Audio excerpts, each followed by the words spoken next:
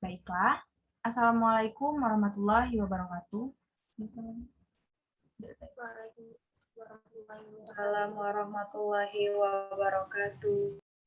Terima kasih atas kesempatannya kepada kakak-kakak, rekan-rekan, dan adik-adik yang sudah menyempatkan untuk hadir pada penyuluhan saya pada saat ini. Sebelum saya mulai penyuluhan, izinkan saya memperkenalkan diri terlebih dahulu. Perkenalkan, saya Selada Topiani, mahasiswa tingkat 2 Prodi D4 Kebidanan Plus Profesi, Poltekkes Kemenkes Bengkulu. Pada kesempatan kali ini, saya akan memberikan sedikit penyuluhan atau materi mengenai tentang korupsi yang ada di lingkungan kita, khususnya Provinsi Bengkulu pada saat ini. Sebelum nanti di akhir saya akan menjelaskan tentang ada video yang sudah saya buat sebelumnya. Tapi sebelum itu saya akan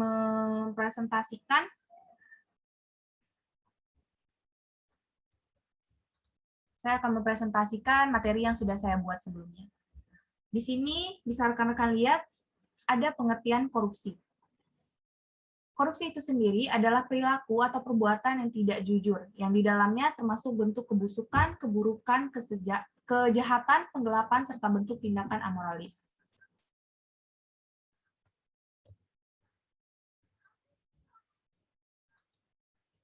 Nah, di sini bisa rekan-rekan lihat sendiri. Di sini ada beberapa kekayaan yang kita miliki di Indonesia. Ada lautan, hutan kita yang hijau, sawah yang luas, ada juga pegunungan, dan juga masih banyak lagi. Nah, sedangkan kenyataan yang ada di lapangan, bisa rekan-rekan lihat sendiri, di sini merupakan dampak atau efek yang disebabkan oleh koruptor-koruptor yang ada di Indonesia. Di sini karena keegoisan orang, sehingga banyak sekali masyarakat-masyarakat di luar sana yang merasa dirugikan. Bisa dilihat ada jalan yang rusak, ada jembatan yang putus, sehingga di sana anak-anak yang mau sekolah, mengenyam pendidikan yang memang seharusnya mereka dapatkan, mereka harus bertaruh nyawa terlebih dahulu. Ini berikutnya ada potret kemiskinan di negara kita, negara Indonesia. Bisa dilihat sendiri bagaimana potret kemiskinan ini.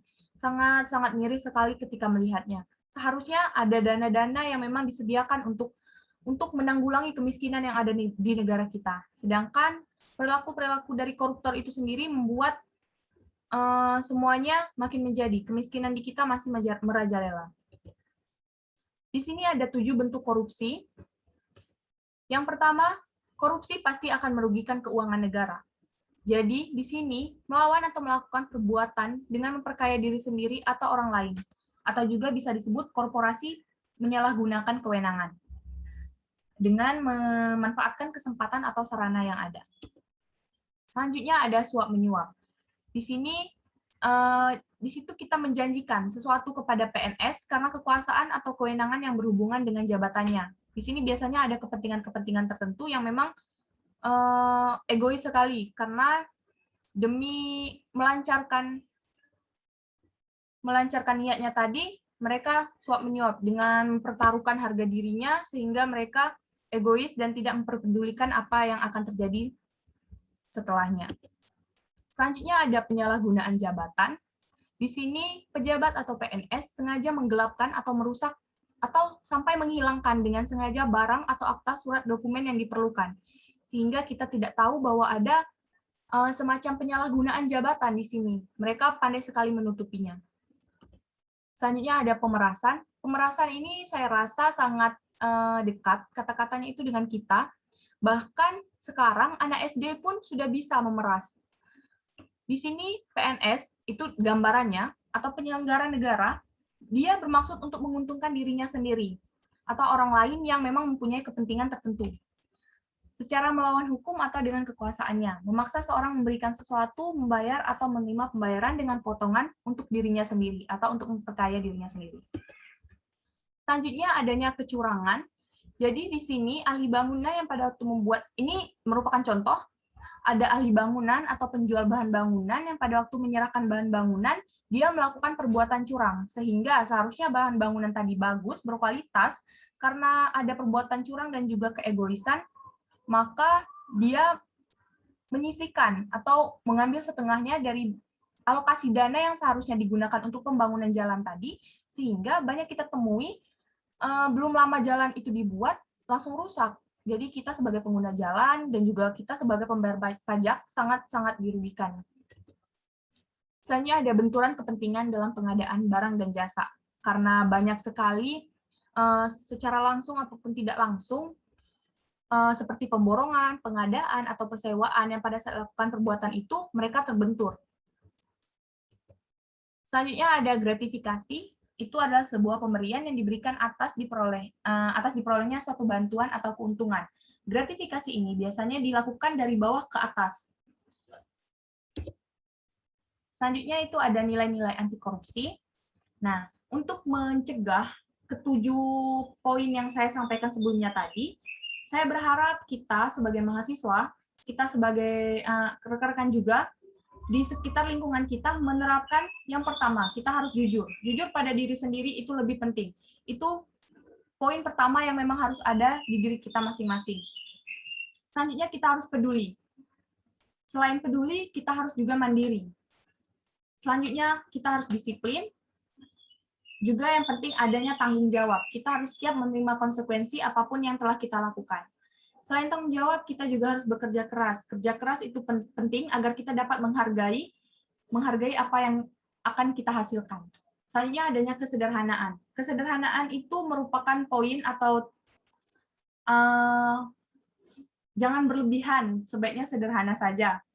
Karena kalau berlebihan di luar kapasitas, itu membahayakan ya, itu akan memicu adanya tindak korupsi.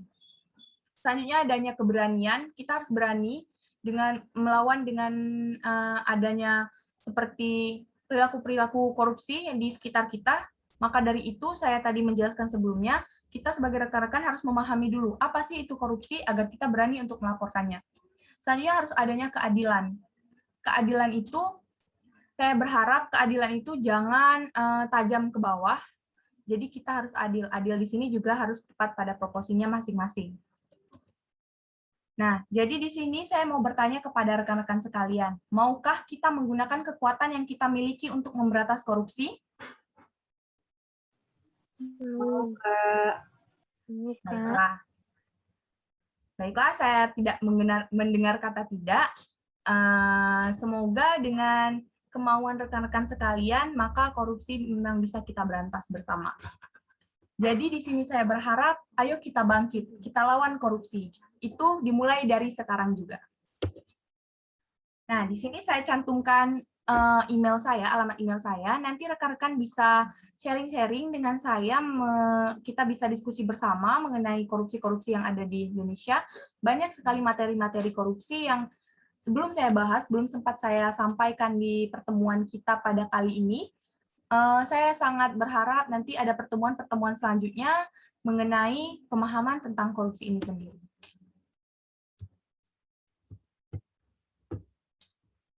Nah, selanjutnya bisa rekan-rekan lihat, saya mempunyai video.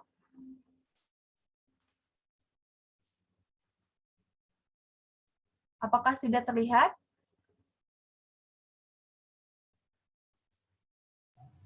Belum, Kak. Sebentar.